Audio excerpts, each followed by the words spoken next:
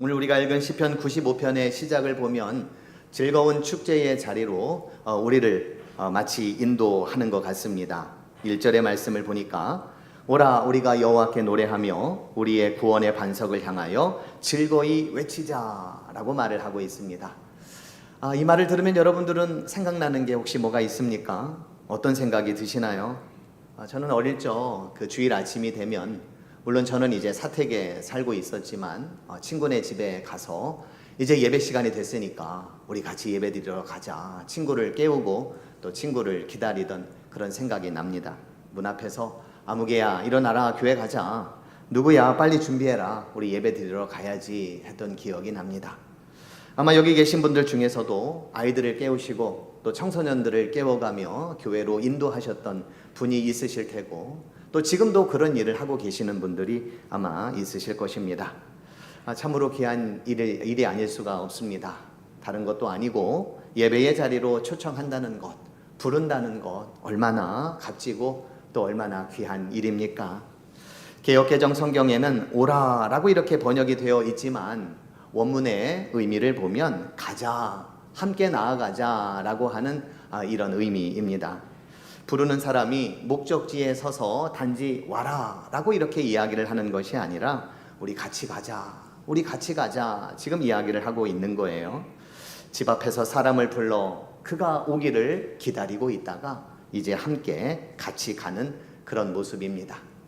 오늘 시편의 시작은 사람이 사람을 부르는 그런 소리로 시작을 하고 있습니다. 우리 가자, 가서 여호와께 노래하자, 우리의 구원이 되시는 하나님을 향해 즐거이 외치자. 여러분들은 누구에게 이런 말을 건네고 싶으십니까? 오늘 시편 95편 1절부터 7절까지를 보면 우리라고 하는 말이 계속해서 반복이 되고 있습니다.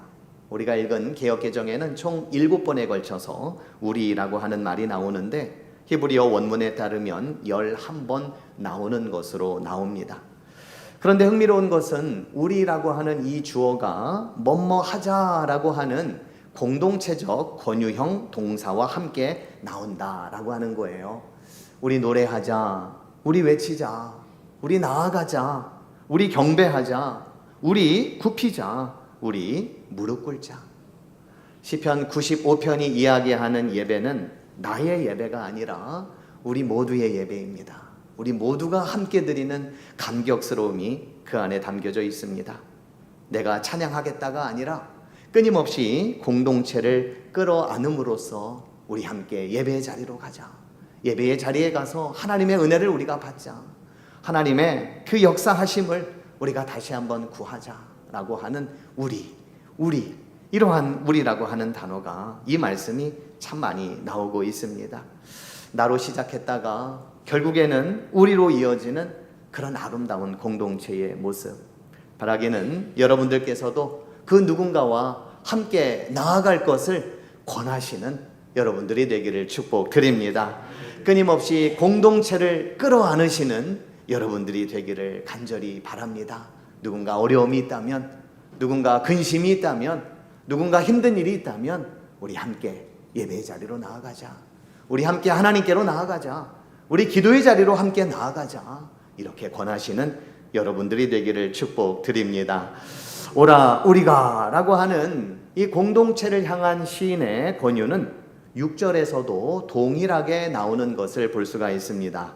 오라 우리가 굽혀 경배하며 우리를 지으신 여호와 앞에 무릎을 꿇자라고 하면서 여기서도 똑같이 오라 우리가 라고 말을 하고 있습니다.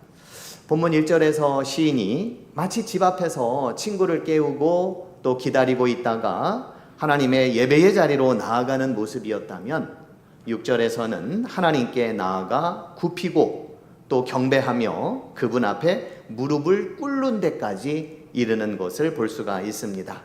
앉아있던 자리에서 일어나 이제는 무릎을 꿇는 자리까지 이동을 한 것입니다. 그런데 흥미로운 것은 6절에서 오라라고 하는 이 단어는 1절에서 나오는 오라라고 하는 단어와는 서로 다른 단어입니다. 한국말 성경에는 오라라고 번역을 하고 있지만 히브리어 성경에 보면 1절은 레쿠라고 하는 단어를 쓰고 있고요. 6절은 보우라고 하는 단어를 쓰고 있습니다. 1절에서 레쿠라고 하는 이 단어가 가는 것과 관련이 있다면 6절에서 보우라고 하는 이 단어는 들어가는 것, 들어간다라고와 관련이 있습니다. 자, 그렇다고 본다면 6절은 오라 우리가 라고 하는 이 번역보다는 들어가자 우리가 라고 하는 것이 더 적합한 번역입니다. 우리가 들어가자. 우리가 들어가서 굽혀 경배하며 우리를 지으신 여호와 앞에 무릎을 꿇자. 종종 그런 말을 우리가 합니다. 들어가자. 들어가서 얘기하자. 이런 얘기를 하죠. 뭔가 중요한 이야기를 하려는 그러한 순간, 혹은 뭔가를 좀 상의해야 될 때에, 혹은 뭔가 잘못을 해서 용서를 구한다거나 아니면은 뭔가 변명을 해야 할 때에 우리 들어가서 얘기하자. 중요한 얘기 우리 일단 들어가서 얘기하자. 그렇게 이야기를 우리도 종종 합니다. 6절의 말씀도 마치 그런 어떤 인상과 느낌을 우리가 갖게 돼요. 들어가자. 우리 들어가자. 들어가서 하나님께로 나아가자. 들어가서 하나님께 말씀을 드리자. 우리가 고할 거 있으면 하나님께 가서 우리가 하나님께 고하자. 그가 누구이든지 간에, 그가 어떠한 일을 당하든지 간에, 그가 무슨 상황에 놓여 있든지 간에 중요한 것은 들어가는 것입니다. 들어가서 하나님을 대면하는 것입니다. 하나님을 만나서 그분 앞에 아뢰는 것입니다. 우리는 앉아있던 자리에서 일어나야 합니다. 그 자리에서 일어나 하나님이 임재하시는 곳으로 들어가야 합니다. 들어가서 하나님을 만나고 그분 앞에 겸손하게 무릎을 꿇을 수 있어야 합니다. 왜 그렇습니까? 오늘 본문 4절에 보면 땅의 깊은 곳이 그의 손 안에 있으며 산들의 높은 곳도 그의 것이로다 라고 말을 하고 있습니다. 5절에서는 바다도 그의 것이라 그가 만드셨고 육지도 그의 손이 지으셨도다 라고 하였습니다. 무슨 말씀입니까? 창조주 하나님이십니다. 창조주 하나님, 우리 하나님은 창조주 하나님이시기 때문에 그분의 손이 닿지 않는 곳, 이 세상에 어디에도 없기에 우리는 그분 앞에 나아가야 한다라고 말씀을 하고 있습니다. 저는 4절의 이 말씀이 굉장히 깊이 다가왔어요. 4절에 보시면 땅의 깊은 곳이 그의 손 안에 있으며 라고 하는 이 말씀입니다. 땅의 깊은 곳이, 땅의 그 깊은 곳, 우리가 헤아릴 수도 없고 또 우리가 가보지도 못하고 가볼지도 못하고 또 우리가 한 번도 경험해보지 못하였던 그런 상황들, 뭔가 인간이 탐사해 본 적도 없는 그런 깊은 곳, 그런 깊은 곳에 누가 계시냐면 하나님의 손이 그곳에서도 여전히 계신다라고 하는 겁니다. 인간의 삶의 비유를 한다면 인간의 깊은 한숨이 있는 곳, 그리고 깊은 절망이 있는 곳, 어느 누구도 해결해 줄 수 없을 것만 같은 그 깊은 절망의 늪 속에서도 하나님의 구원의 손은 거하신다라고 하는 이 말씀이 참으로 감동적으로 읽혀졌습니다. 시인은 우리가 들어가 굽혀 경배하며 그분 앞에 무릎을 꿇어야 하는 이유에 대해서 7절에서는 이렇게 말을 하고 있습니다. 그는 우리의 하나님이시요 우리는 그가 기르시는 백성이며 그의 손이 돌보시는 양이기 때문이라. 얼마나 따뜻한 표현입니까? 그는 우리의 하나님이시다. 우리는 그의 백성이다. 그가 기르시는 백성이다. 우리는 그의 손이 돌보시는 양이다. 굉장히 아름답고 굉장히 사랑스러운 그런 표현입니다. 하나님과 백성 사이의 관계는 무섭고 두려운 관계가 아니라 이런 아름다움이 있고 이런 사랑스러움이 있고 이러한 따뜻한 모습이 있는 그러한 관계인 줄로 믿습니다. 그런데 오늘 시인은 그 관계를 말하기에 앞서 6절에서 뭐라고 말을 했냐면 오라 우리가 굽혀 경배하며 우리를 지으신 여호와 앞에 무릎을 꿇자라고 하였습니다.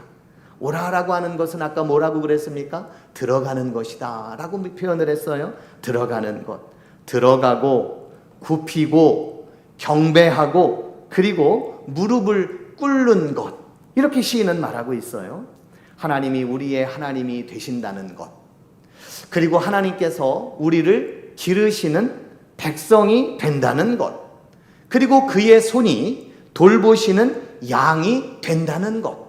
그것은 뭐냐면 들어감, 굽힘, 경배, 그리고 무릎 꿇음이 동반된 순종의 삶이라는 것입니다. 들어간다, 굽힌다, 경배한다, 무릎 꿇는다. 이것은 순종의 삶이고 하나님이 우리의 하나님이 되시기에, 하나님은 우리를 길러주시는 그러한 목자가 되시기에, 우리는 하나님이 돌보시는 양이 되시기에 우리는 그러한 순종의 삶을 살아야 한다는 겁니다. 목자와 양의 관계는 어떤 관계입니까? 순종의 관계입니다. 목자의 인도함을 따라 목자가 어디로 가든지 양은 따라 순종을 합니다. 목자는 양의 생명을 전적으로 맡고 있음을 믿고 순종하는 것입니다. 그렇다고 본다면 여러분들은 어디에 서 계십니까? 들어가려 하십니까? 들어가 계십니까? 굽히고 계십니까? 경배하고 있습니까? 무릎을 꿇으셨습니까? 여러분들은 어디에 서 계십니까? 본문 7절 하반절은 우리에게 이렇게 말합니다. 오늘 그의 음성을 듣거든. 오늘 그의 음성을 듣거든.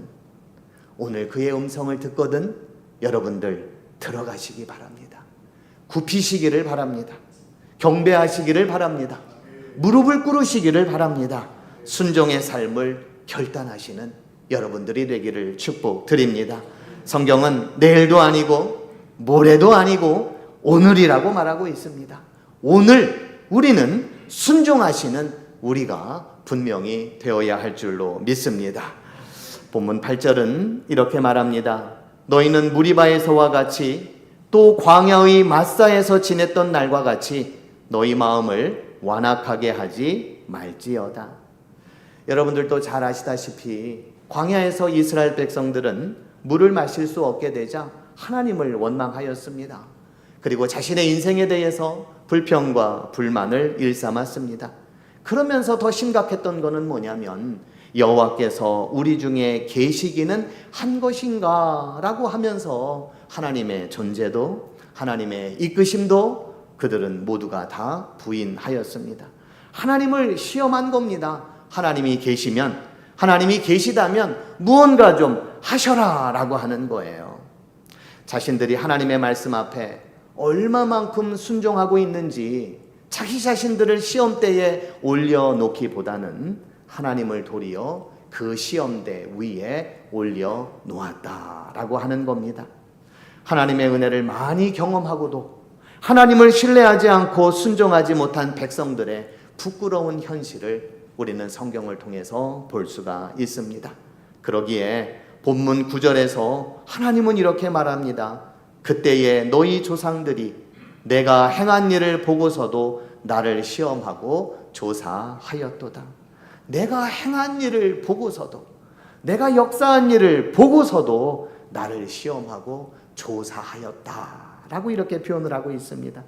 조사라고 하는 단어가 참 독특하면서도 굉장히 의미심장하지요. 이것은 하나님을 시험대 위에 올려 세웠다라고 하는 그런 뜻입니다. 하나님, 이것을 해 주신다면 내가 믿겠습니다. 내가 원하는 길을 열어주신다면 순종하겠습니다. 문제를 해결해 주신다면 하나님이 함께 하시는 줄로 알겠습니다. 하나님을 시험대 위에 올려놓는 것들입니다. 이런 사람들은 하나님께서 행하신 일들이 수없이 많고 계속해서 반복되어도 끊임없이 하나님을 시험할 사람들입니다. 그러나 진정한 믿음의 순종은 나 자신이 하나님의 말씀 앞에 서는 것입니다. 제가 순종하겠습니다. 아직 보이지 않아도 따르겠습니다. 아직 물이 보이지 않아도 목자의 손을 내가 의지하고 끝까지 나아가겠습니다. 하나님을 시험하지 마시고 여러분들의 믿음을 테스트해 보시기를 바랍니다. 나는 하나님의 말씀 앞에 얼마만큼 순종할 수 있겠는가? 하나님의 말씀이 나를 통하여 이루어지기를 나는 얼마만큼 원하는가? 그 일이 이루어지기 위하여 나는 얼마만큼 순종할 수 있겠는가? 우리는 우리 자신을 도리어 테스트할 수 있어야 할 것입니다. 성경은 말합니다. 하나님은 우리의 하나님이십니다. 우리는 그가 기르시는 백성입니다. 그리고 하나님의 손이 돌보시는 양입니다. 우리가 순종해야 옳습니다. 순종해야 맞는 겁니다. 왜냐하면 하나님은 우리의 하나님이시기 때문입니다. 그분은 우리를 기르시는 목자이시고 우리를 돌보시는 목자이시기 때문입니다. 그러기에 우리가 순종해야 하는 것이 옳습니다. 오늘 시편 95편은 오라라고 하는 말로 시작을 했습니다. 우리 함께 가자. 하나님께 같이 나아가자. 그리고 또다시 오라라고 하였습니다. 하나님께 같이 나아가자. 하나님의 임재 가운데에 하나님이 거하시는 곳으로 들어가자.